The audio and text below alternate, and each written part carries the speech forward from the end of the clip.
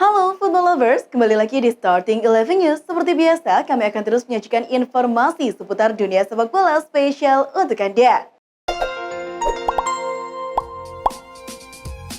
Dengan krisis energi yang berkembang di seluruh dunia, Serie A mengkampanyekan hemat energi dengan cara setiap klub harus melakukan kiat-kiat tertentu guna menghemat energi. Dilansir Football Italia, salah satu caranya dengan mengurangi penggunaan lampu sorot di setiap stadion yang tengah menggelar pertandingan. Demi melancarkan kampanye itu, Presiden Serie A Lorenzo Cassini membatasi setiap stadion hanya boleh menggunakan lampu sorot selama 4 jam saja.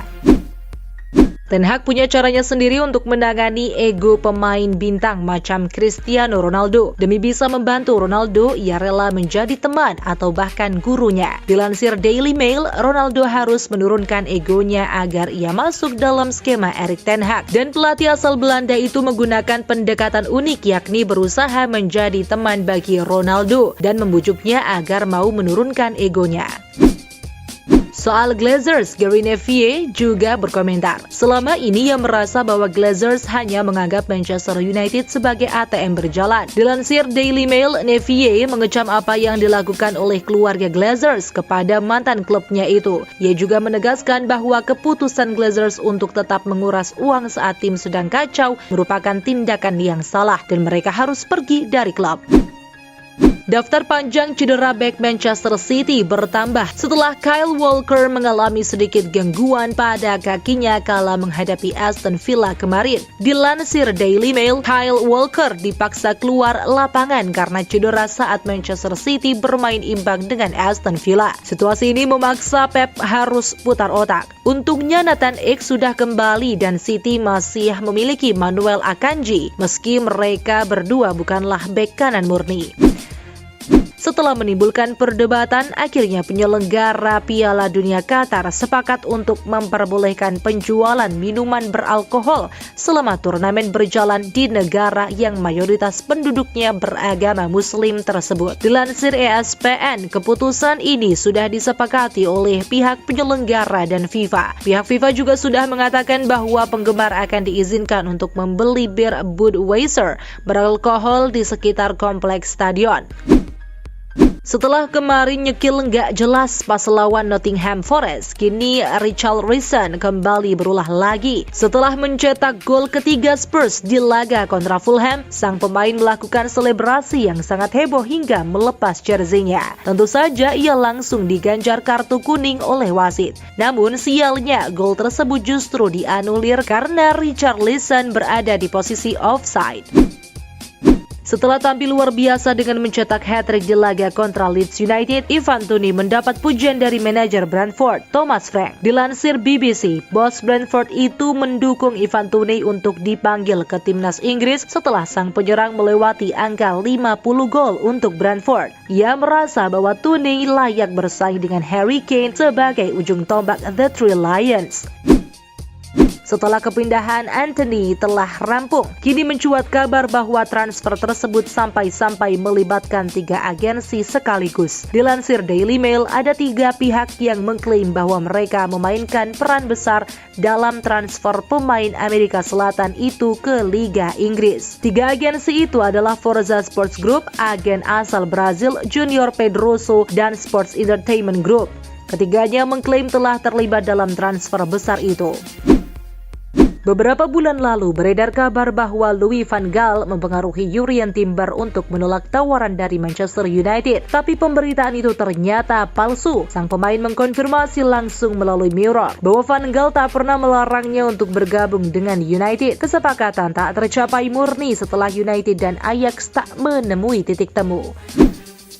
Sebelum jendela transfer ditutup, Manchester United dilaporkan sempat membuat tawaran untuk striker Espanyol Raul de Tomas. Dilansir Football Insider, tawaran United untuk Raul sempat datang, tapi semuanya terlambat karena jendela transfer keburu ditutup. Akhirnya Espanyol menolak tawaran United untuk pemain berusia 27 tahun itu.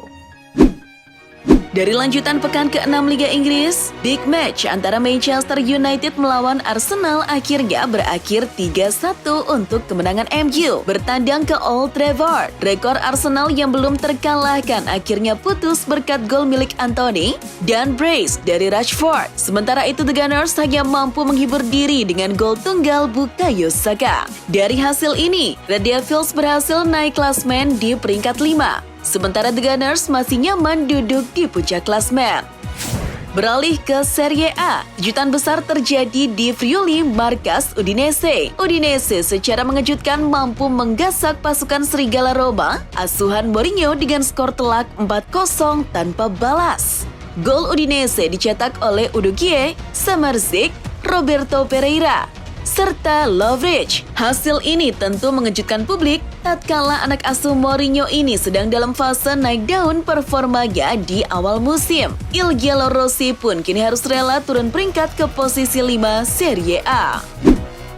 Kemenangan MU atas Arsenal ditandai dengan debut manis manusia 95 juta euro, yakni Anthony. Pemain anyar Red Devils ini sukses mencetak gol debutnya di menit ke-35 setelah menerima umpan dari Rashford. Tendangan khas kaki kirinya mampu bersarang indah ke gawang Ramsdale. Gol debut ini terasa bermakna bagi Anthony. Selain ini debut starternya di Starting 11 MU, ia juga menorehkan rekor sebagai pemain ke-21 MU yang bisa mencetak gol di debut starternya.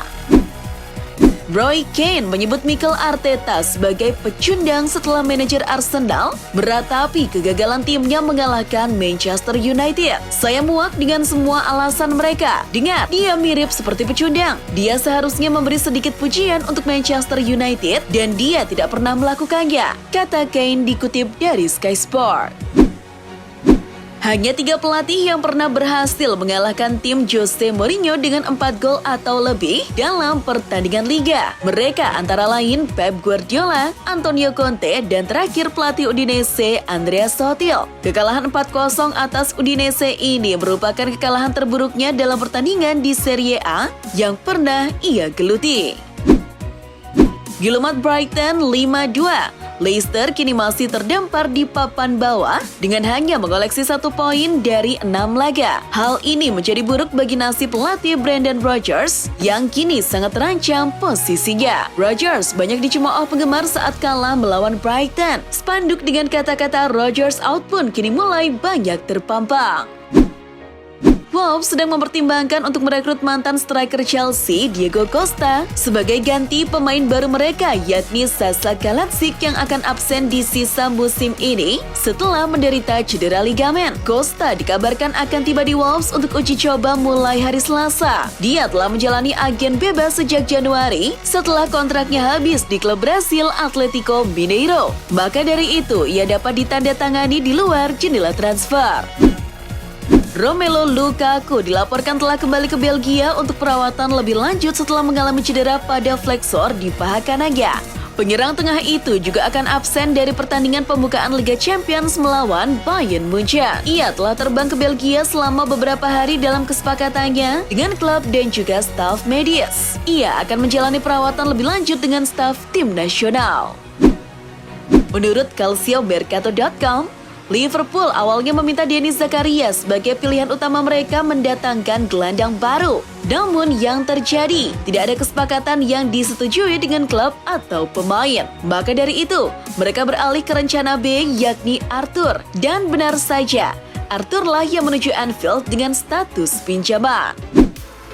Manajer Inggris Gareth Southgate berada di markas Udinese untuk menyaksikan Tammy Abraham dan Chris Smalling yang bermain untuk Roma. Juru taktik itu terlihat berfoto selfie dengan para penggemar di tribun penonton sebelum kick-off. Baik striker Abraham dan Smalling rencananya akan terus dipantau untuk masuk dalam skuad timnas Inggris di Piala Dunia Qatar nanti.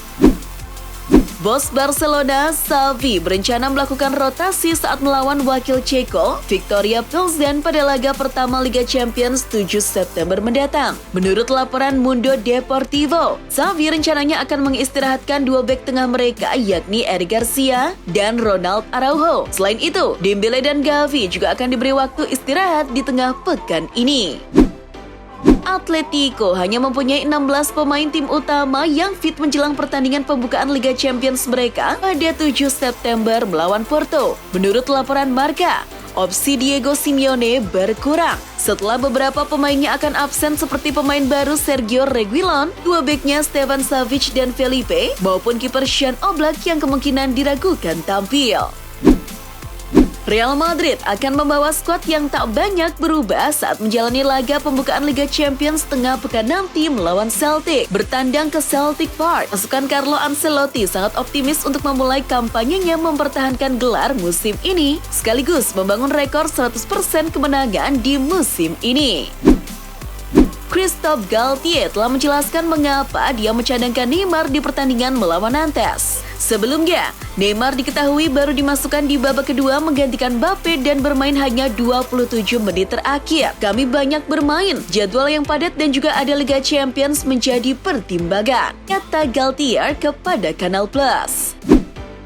Karim Benzema diketahui telah menghapus akun Twitter dan Instagram miliknya. Saat ini tidak ada kejelasan mengapa striker Real Madrid itu menghapus akun media sosialnya. Semua orang pun berspekulasi tentang kabar ini. Namun, perlu diingat bahwa itu semua bisa saja hanya kesalahan atau hack, alias bukan maksud Benzema pribadi. Terlihat nampak akunnya masih aktif, hanya konten dari kedua sosial media miliknya saja yang hilang.